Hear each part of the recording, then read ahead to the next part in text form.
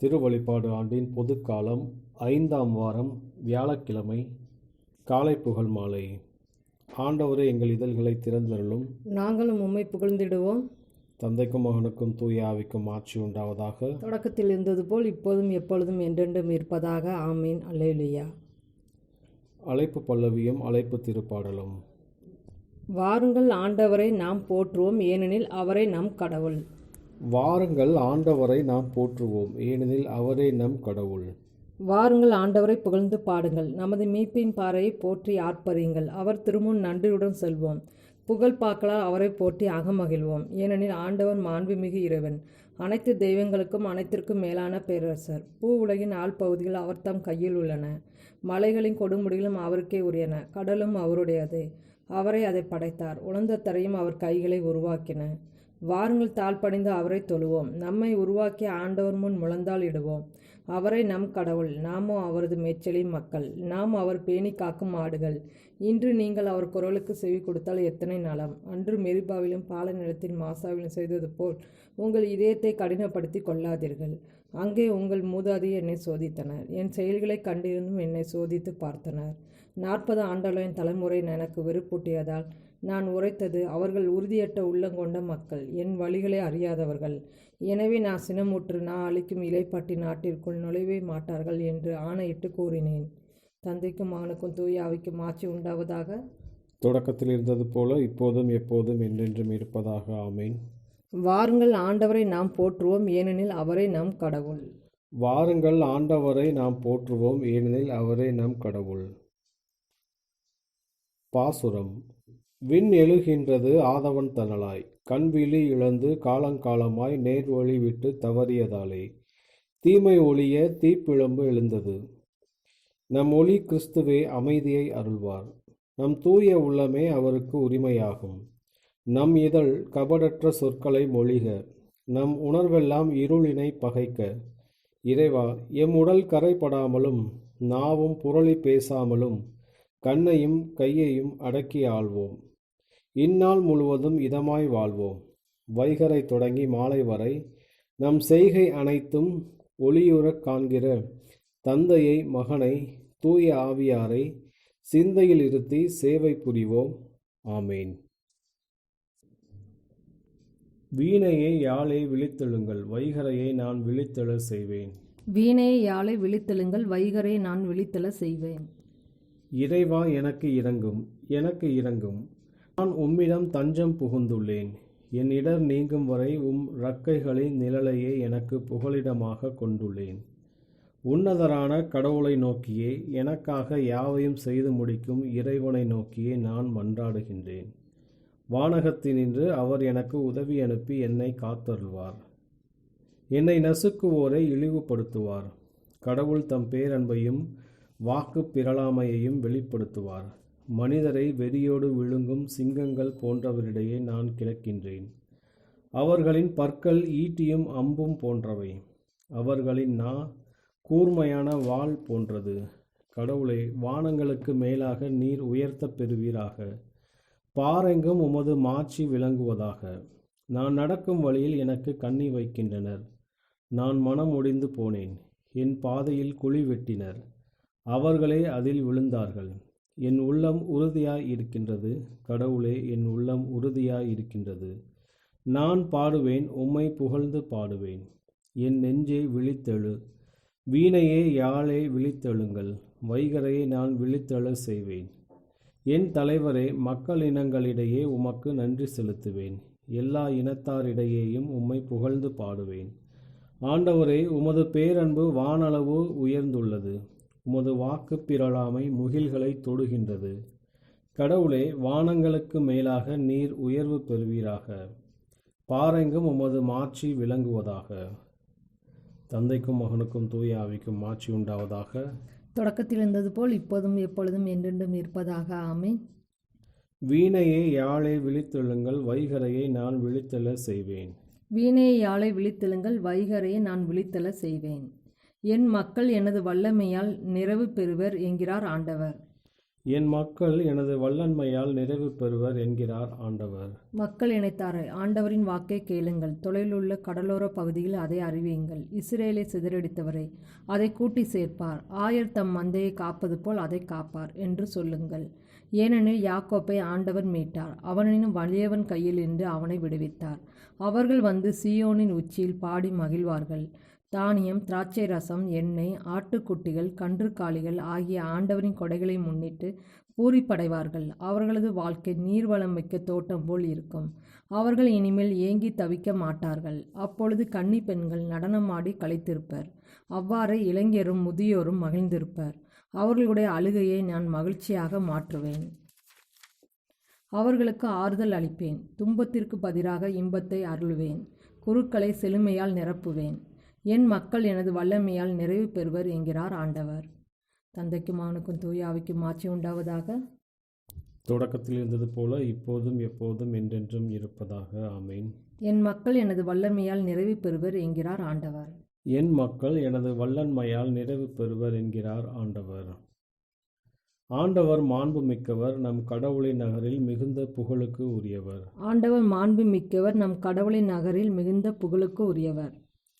ஆண்டவர் மாண்பு மிக்கவர், நம் கடவுளின் நகரில் அவரது திருமலையில் மிகுந்த புகழுக்கு உரியவர்.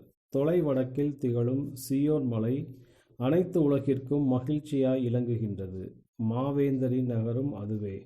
அதன் அரண்மனைகளில் கடவுள் வீற்றிருந்து தம்மையே அதன் கோட்டை என காட்டியுள்ளார். இதோ அரசர் அனைவரும் ஒன்று கூடினர், அணிவகுத்து ஒன்றாக வந்தனர்.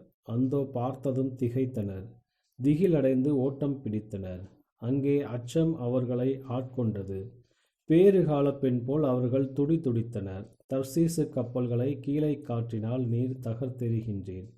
கேள்விப்பட்டவாறே நேரில் யாம் கண்டோம். படைகளின் ஆண்டவரது நகரில், ஆம், கடவுளின் நகரினில் கண்டோம். கடவுள் அந்நகரை எந்நாளும் நிலைத்திருக்க செய்வார். கடவுளே, உமது கோவிலின் நடுவில் உம் பேரன்பை நினைந்து உருகினோம். கடவுளே, உமது பெயரைப் போலவே உமது புகழும் பூவுலகின் கடை எல்லை வரை எட்டுகின்றது. உமது வழக்கை நீதியை நிலைநாட்டுகின்றது. சீயோன் மலை மகிழ்வதாக. யூதாவின் நகர்கள் உம் நீதி தீர்ப்புகளை முன்னிட்டு அக்களிப்பனவாக. சீயோனை வலம் வாருங்கள், அதை சுற்றி நடை போடுங்கள். அதன் காவல் மாடங்களை எண்ணிக்கையிடுங்கள். அதன் மதில்களை கவனித்து பாருங்கள். அதன் கோட்டைகளை சுற்றி பாருங்கள். அப்பொழுது இனி வரும் தலைமுறைக்கு இதை உங்களால் விவரிக்க இயலும். இத்தகைய கடவுளே என்றென்றும் நம் கடவுள். அவரே நம்மை இறுதி வரை வழிநடத்துவார். தந்தைக்கும் மகனுக்கும் தூய ஆவிக்கும் ஆட்சி உண்டாவதாக. தொடக்கத்தில் இருந்தது போல் இப்போதும் எப்பொழுதும் என்றென்றும் இருப்பதாக. ஆண்டவர் மாண்பு மிக்கவர், நம் கடவுளின் நகரில் மிகுந்த புகழுக்கு உரியவர். ஆண்டவர் மாண்பு மிக்கவர், நம் கடவுளின் நகரில் மிகுந்த புகழுக்கு உரியவர். இறைவாக்கினர் ஏசாயா நூலிலிருந்து வாசகம். ஆண்டவர் கூறுவது இதுவே: விண்ணகம் என் அரியணை, மண்ணகம் என் கால்மனை. அவ்வாறிருக்க எத்தகைய கோவிலை நீங்கள் எனக்காக கட்டவிருக்கிறீர்கள்? எத்தகைய இடத்தில் நான் ஓய்வெடுப்பேன்? இவை அனைத்தையும் என் கைகளே உண்டாக்கின. இவை யாவும் என்னால் உருவாகின என்கிறார் ஆண்டவர். எளியவரையும் உள்ளம் வருந்துபவரையும் என் சொல்லுக்கு அஞ்சுபவரையும் நான் கண்ணோக்குவேன். ஆண்டவரின் அருள்வாக்கு. இறைவா, உமக்கு நன்றி. ஆண்டவரே, எனக்கு செவிசாய் தருளும் என்று என் முழு உள்ளத்தோடு கூவி அழைத்தேன்.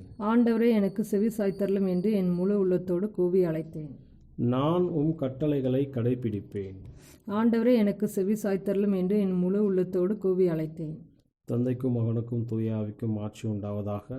ஆண்டவரே, எனக்கு செவிசாய் தருளும் என்று என் முழு உள்ளத்தோடு கூவி அழைத்தேன். முதல் வாசகம். கலாத்தியருக்கு எழுதிய திருமுகத்திலிருந்து வாசகம். ஒரு காலத்தில் நீங்கள் கடவுளை அறியாதிருந்தீர்கள். அப்போது கடவுள் அல்லாதவற்றுக்கு அடிமைகளாகவும் இருந்தீர்கள். ஆனால் இப்பொழுது நீங்கள் கடவுளை ஏற்றுக்கொண்டிருக்கிறீர்கள். உண்மையில் கடவுளை உங்களை ஏற்றுக்கொண்டிருக்கிறார். அப்படி இருக்க வலுவற்றவையும் வறியவையுமான பஞ்சபூதங்களிடம் திரும்பி போய் அவற்றுக்கு மீண்டும் அடிமைகள் ஆவதற்கு நீங்கள் விரும்புவது ஏன்? நாள், மாதம், காலம், ஆண்டு என்று பார்க்கிறீர்கள். உங்களுக்காக நான் பாடுபட்டு உழைத்தது வீண்தானா என அஞ்ச வேண்டியிருக்கிறது. சகோதர சகோதரிகளே, உங்களை கேட்டுக்கொள்கிறேன். நீங்கள் என்னைப் போல் ஆகுங்கள், நான் உங்களைப் போல் ஆனேன் அல்லவா? நீங்கள் எனக்கு அநீதி ஒன்றும் இழைக்கவில்லை. என் உடல்நலக் குறைவுதான் உங்களுக்கு முதல் நற்செய்தி அறிவிக்க எனக்கு வாய்ப்பு அளித்தது. இது உங்களுக்கு தெரியுமே. என் உடல்நிலையை முன்னிட்டு என்னை புறக்கணித்து வெறுத்து ஒதுக்கும் சோதனை உங்களுக்கு வரவில்லை. அதற்கு மாறாக கடவுளின் தூதரை ஏற்றுக்கொள்வது போல், ஏன் கிறிஸ்து இயேசுவையே ஏற்றுக்கொள்வது போல் என்னை ஏற்றுக்கொண்டீர்கள். என்னை ஏற்றுக்கொள்வது ஒரு பெரும் பேறு என்று கருதினீர்கள். அந்த மனநிலை இப்பொழுது எங்கே? முடிந்திருந்தால் உங்களை கண்களையும் எனக்காக பிடுங்கி கொடுத்திருப்பீர்கள். உங்களை பற்றி நான் இதை உறுதியாக சொல்ல முடியும். இப்பொழுது உங்களுக்கு உண்மையை சொன்னதால் உங்கள் பகைவன் ஆனேனா? முன்பு நான் குறிப்பிட்டவர்கள் உங்கள் மேல் ஆர்வம் காட்டுகிறார்கள். ஆனால் அந்த ஆர்வம் நேர்மையானது அல்ல. நீங்களும் அதே ஆர்வம் காட்ட வேண்டுமென்று அவர்கள் உங்களை என்னிடமிருந்து பிரிக்க விரும்புகிறார்கள். உங்கள் நடுவில் நான் இருந்தாலும் இல்லாவிட்டாலும் மற்றவர்கள் உங்கள் மேல் ஆர்வம் காட்டுவது எப்பொழுதும் நல்லதே.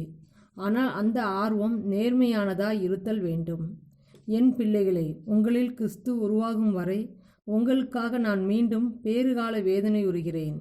உங்களை பொறுத்த மட்டில் எனக்கு ஒரே ஒரு குழப்பமாய் இருக்கிறது.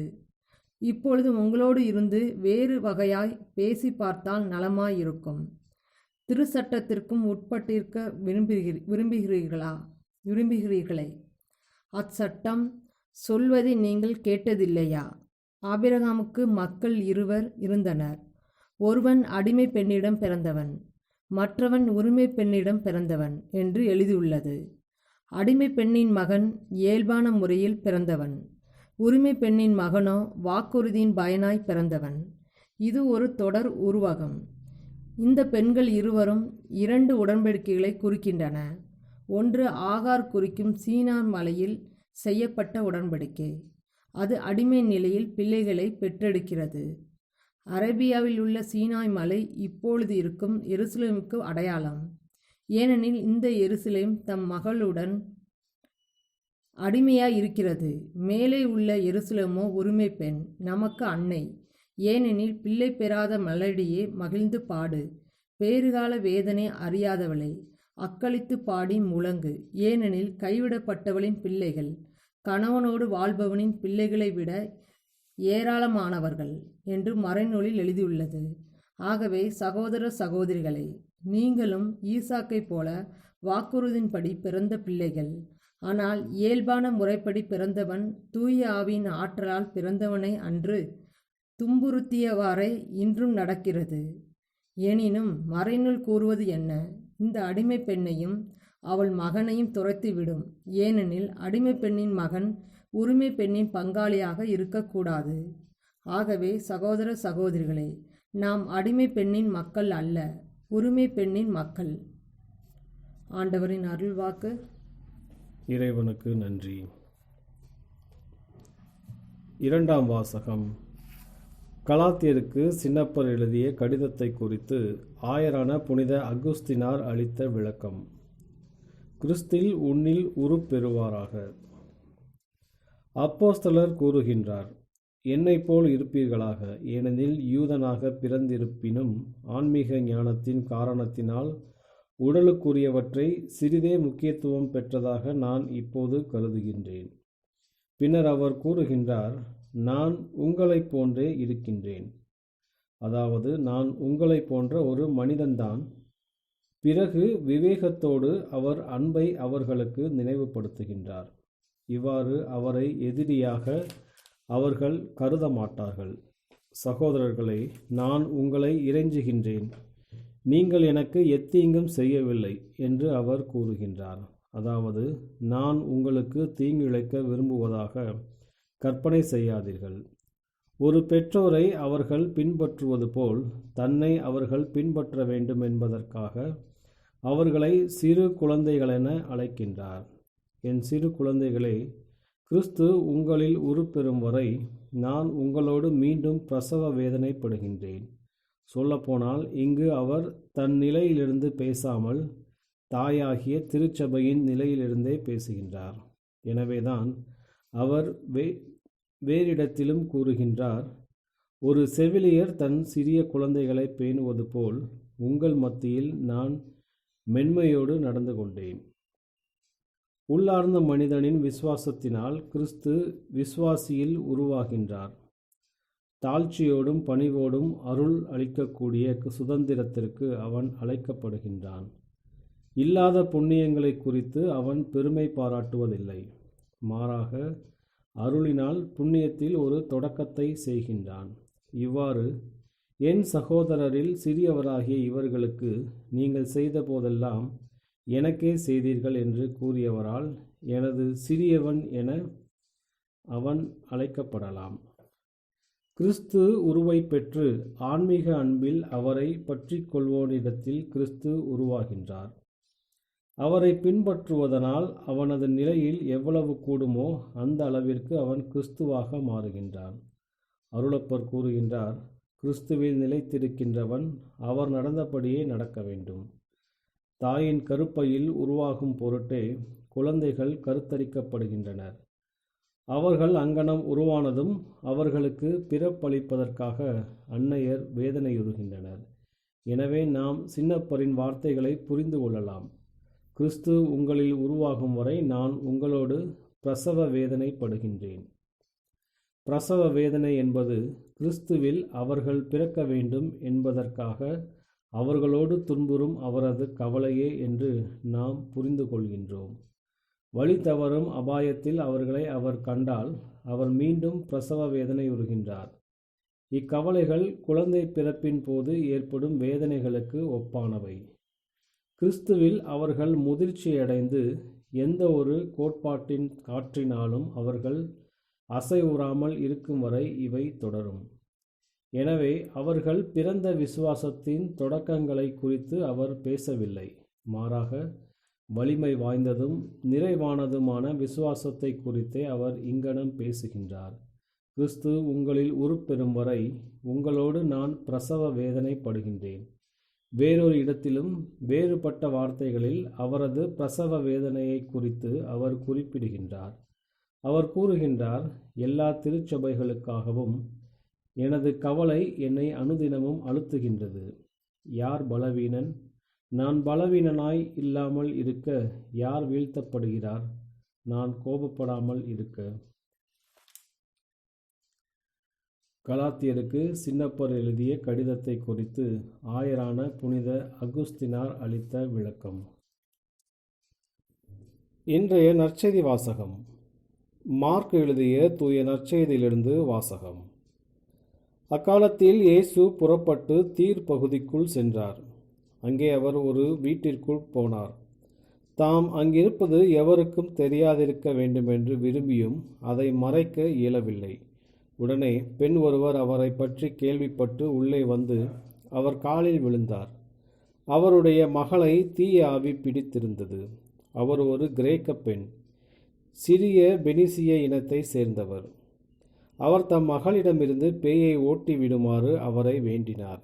இயேசு அவரை பார்த்து, முதலில் பிள்ளைகள் வயிறார உண்ணட்டும், பிள்ளைகளுக்குரிய உணவை எடுத்து நாய்க்குட்டிகளுக்கு போடுவது முறையல்ல என்றார்.